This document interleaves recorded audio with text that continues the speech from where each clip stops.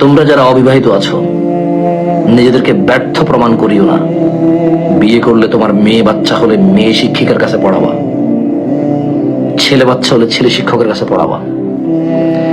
এমন যেখানে মেয়েদেরকে মেয়েরা পড়ায়, যেখানে ছেলেদেরকে ছেলেরা পড়ায়, সেখানে পড়াবা।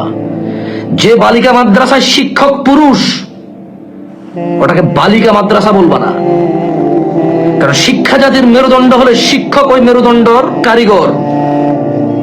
মেয়েদেরকে যুবতী মেয়েকে যুবক শিক্ষক পড়াবে পুরুষ, সামনাসামনি দাঁড়িয়ে দুষ্টামি করবে, তামাশা হাসি করবে। এরপর আবার ছাত্রী শিক্ষককে ছাড়া বাঁচবে না, চিঠি লিখবে শিক্ষককে। শিক্ষক বসে বসে বুঝাবে, না তুমি বুঝতেছো না, তোমার একটা লাইফ আছে, শোনো এটা ঠিক না, আমি তোমার শিক্ষক। হ্যাঁ, আর পড়াবা না, নেভার। তো তাহলে পড়াবো কোথায়?